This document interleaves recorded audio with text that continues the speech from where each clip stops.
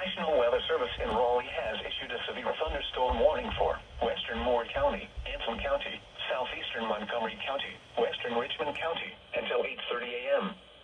At 7:34 a.m., a severe thunderstorm was located 7 miles east of Ansonville, or 12 miles north of Wadesboro, moving northeast at 45 miles per hour.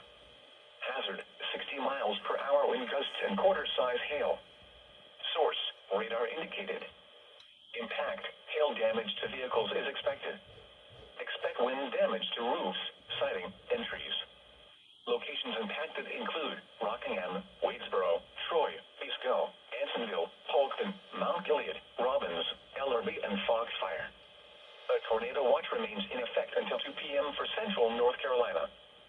For your protection, move to an interior room on the lowest floor of a building.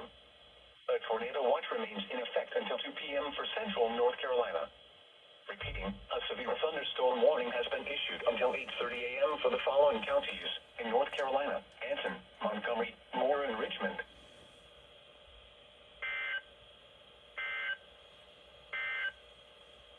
A severe thunderstorm